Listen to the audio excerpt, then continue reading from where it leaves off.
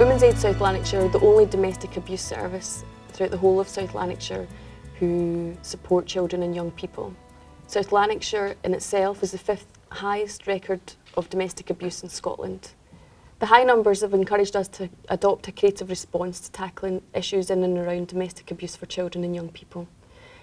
The Play project with Inspiring Scotland is a great example of our creative work, and we'll roll out this to fellow Women's Aid organisations throughout the whole of Scotland.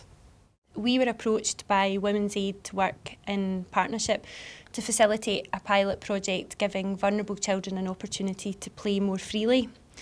It turned out to be an excellent project which involved 16 of our pupils who all gained from involvement for many different reasons.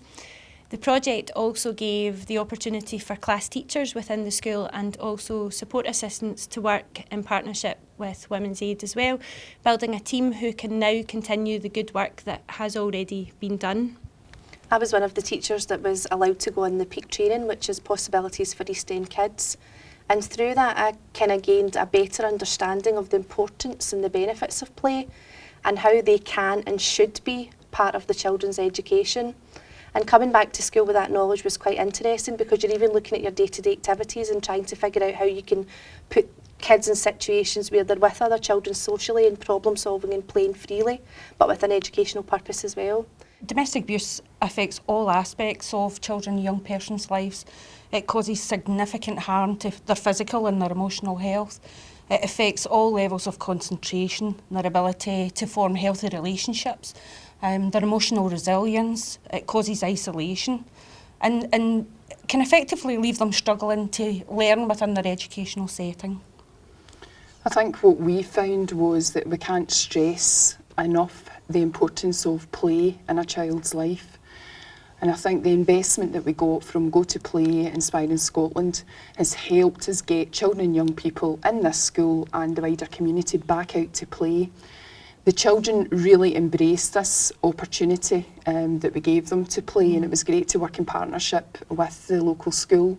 The children and young people used the resources that we provided, and they also used some of the natural resources that we had outside, yes. And they found for themselves loads of different kind of ways, imaginative, inventive ways, creative ways to use these resources. They needed very little intervention from ourselves. They just needed us to be facilitators. They invited us to participate in some of their games and their activities that they had. And we saw within a relatively short period of time a lot of benefits that these children and young people actually managed to achieve for themselves. There was an increase in confidence with a lot of them. They were making good connections, good friendships. They were coming up with problem-solving abilities, which sometimes were kind of out with what you would imagine a 6-year-old or a 7-year-old would be able to do. They were really, really good at doing that. I think sometimes beyond what our expectations of the project were, because it was only on for such a short time. It was a good piece of work, and it was great fun, wasn't it? It was really good. The children that accessed the pilot, it was very interesting because I think we both saw a huge improvement in lots of aspects, particularly things like raised self-esteem, improved social skills, confidence. Children who before had struggled with relationships and friendships were all of a sudden building these bonds with other children, and they were lasting. We had a particular individual who, before the project, had very low self-esteem, and after the project, the benefits have just been through the roof for this girl. She went on a residential outing with the school, which she would never have done before. She's now one of the class as opposed to outside the class, and she's bringing ideas to the table. She's more confident in her day-to-day work as well as her play with the children. And recently she actually played a trick on a few members of staff involving a trick suite, which just shows the steps that she's made with her self-esteem, because before she would never have entertained that sort of activity with the adults in the school, so it's been hugely beneficial.